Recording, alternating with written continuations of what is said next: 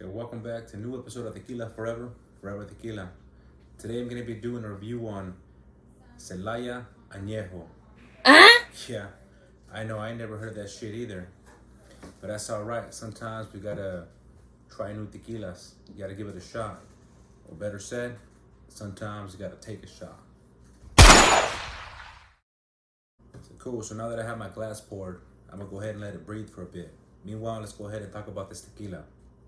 So on their website it says it all began with the story of their abuela and the stories of the grandfather Jose Celaya, who created his own, homemade tequila, back in the 1800s.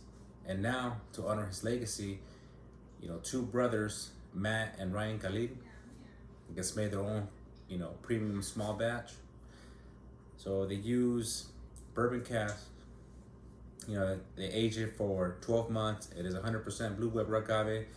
The interesting thing that they did was use a 50-50 blend from the highlands and lowlands. So, they say they use the lowlands because it's earthy. It's has spice, caramel flavors, and the highlands because it adds fruity notes.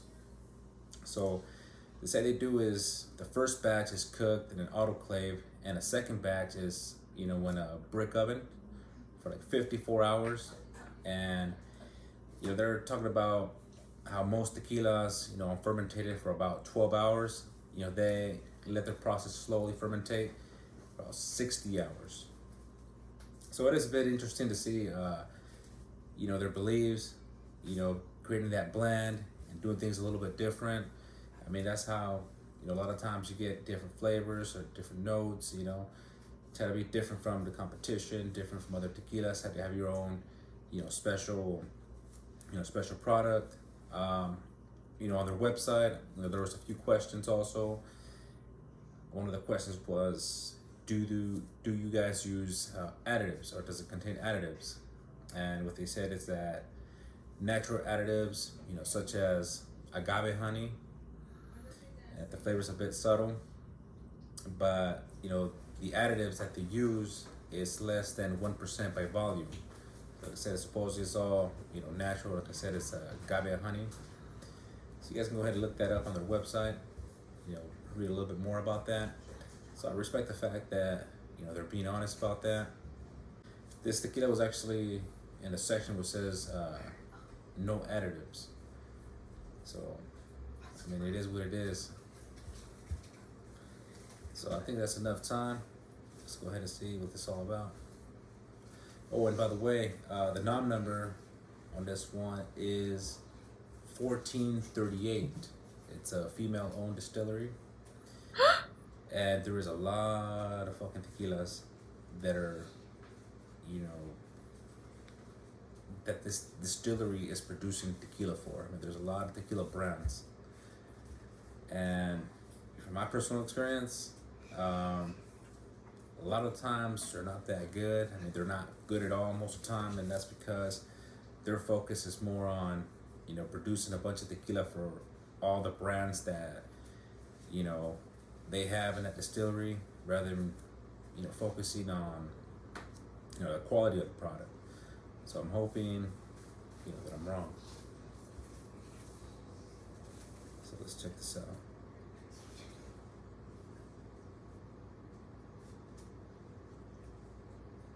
So I could definitely smell the agave on this one. It smells sweet.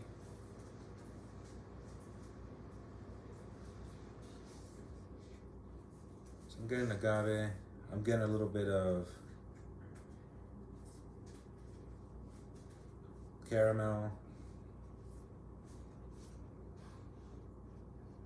some vanilla,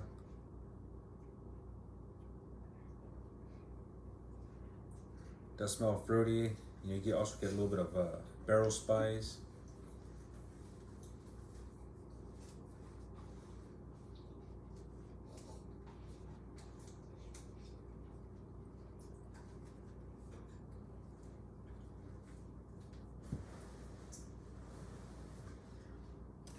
I think I said caramel, right? So I get agave, caramel, vanilla, has some fruit notes, a little bit of barrel spice.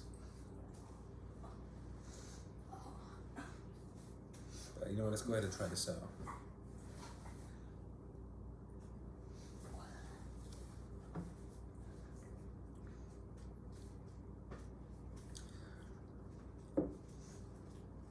So the tequila is quite sweet. It is a bit sweet, but it's not bad. It's not bad at all. I don't know if I'll purchase again. I don't think so, to be honest. But it's not bad.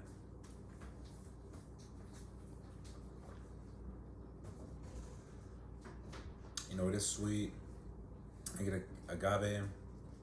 You know, I'm tasting the vanilla.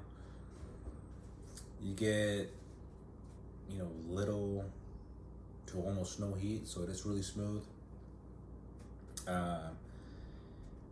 It's not, you know, it's silky. It's not oily. You know, it's pretty thin. It is pretty thin. Let's see what other flavors I can detect in this.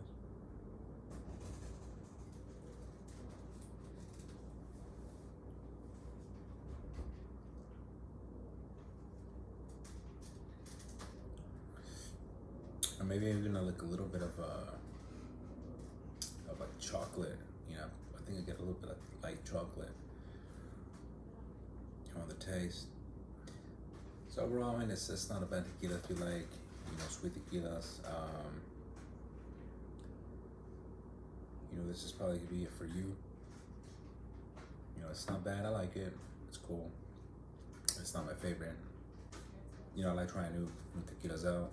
Sometimes, yeah, I take that risk, try and see what they're all about, and you know, hopefully you get lucky. But coming from a distillery that, you know, made the azulejos, which I think it was in one of my videos, it's that scaly one.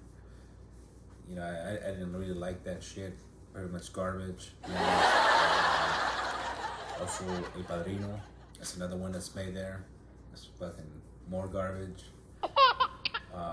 Kirkland, that's the Costco brand. I'm sure you guys have seen that if you guys shop at Costco. Trailer Blanco, it's fucking garbage. You know, Trailer Blanco, straight up vanilla bomb. It's, you know, 100% obvious on the additives on that. I forget whether one of the tequilas were made in that distillery. There's a shitload though.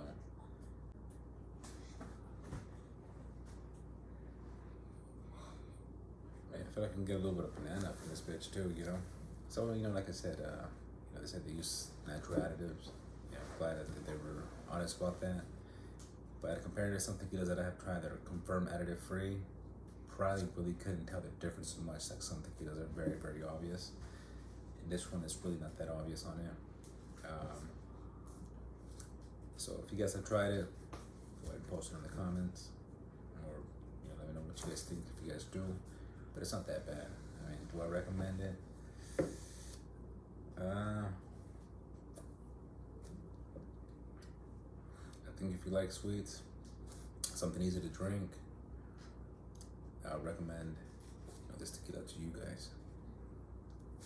That's it. You guys have a good night.